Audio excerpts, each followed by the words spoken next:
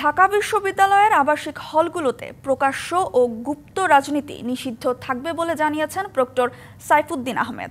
গেল বছরের 17 জুলাইয়ের পরিপত্র অনুযায়ী এই সিদ্ধান্ত বহাল থাকবে। ছাত্রদলের কমিটি ঘোষণার প্রতিবাদে শুক্রবার মধ্যরাতে শিক্ষার্থীদের তীব্র আন্দোলনের মুখে এ ঘোষণা আসে।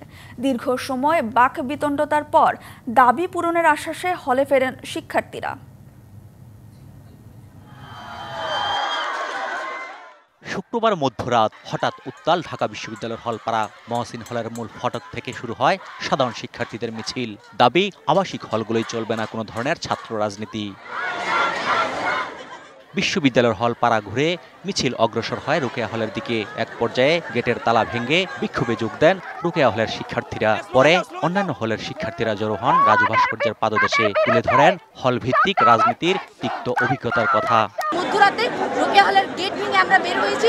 রোকেয়া হলের শিক্ষার্থীরা যারা কিনা হলে ছাত্র রাজনীতি চায় না, তাই দাবি আমাদের হলের মতো কোনো প্রকার হল পলিটিক্স হবে না। হলের রাজনীতি মানেই সেই গণরুম গেস্ট রুম আজ হোক 5 বছর পর হোক 15 বছর হবে।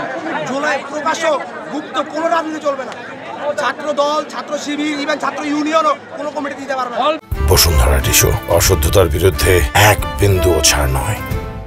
হল প্রশাসনের কাছ থেকে সমাধান না পাওয়ায় শিক্ষার্থীরা অবস্থান নেন উপাচার্যের বাসভবনের সামনে।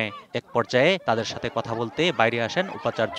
প্রক্টর জানান, পূর্বের বিজ্ঞপ্তি অনুযায়ী হলগুলোতে বন্ধ থাকবে সব ধরনের ছাত্র রাজনীতি। 17 জুলাইয়ে হল পর্যায়ে ছাত্র রাজনীতি সংক্রান্ত যে সমঝোতা হয়েছিল সেই সমঝোতা বহাল থাকবে। আমাদের সিদ্ধান্ত হলো হল পর্যায়ে কোনো ছাত্র রাজনীতি চলবে না। তারা কেন্দ্রে করতে পারবে, তারা ডাকসু মধুর ক্যান্টিন, কলা ভবন তারা করতে পারবে, যেটা সমঝোতা হয়েছিল। গত বছরের 17 জুলাই ঢাকা বিশ্ববিদ্যালয়ের আবাসিক হলে ছাত্র রাজনীতি নিষিদ্ধের বিজ্ঞপ্তিতে হল প্রাধ্যক্ষদের স্বাক্ষর নেন শিক্ষার্থীরা। এরপরও বিশ্ববিদ্যালয়ের 18টি হলে ছাত্র দলের আহ্বায়ক কমিটি ঘোষণার পর ক্ষোভ প্রকাশ করেন শিক্ষার্থীরা। অজিত সরকার, ডিবিসি নিউজ, ঢাকা।